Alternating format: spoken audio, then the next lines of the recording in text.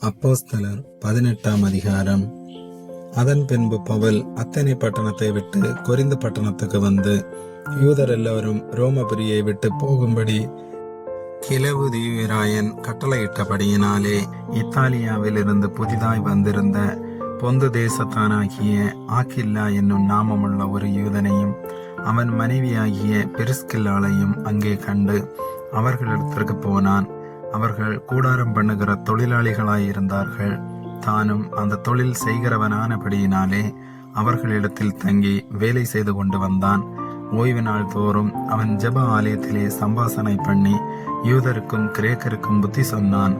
மக்கதுனியாவிலிருந்து சீலாவும் தீமோத்தேயும் வந்தபோது பவுல் ஆவியில் வைராக்கியம் கொண்டு இயேசுவே கிறிஸ்து என்று யூதருக்கு திருஷ்டாந்தப்படுத்தினான்.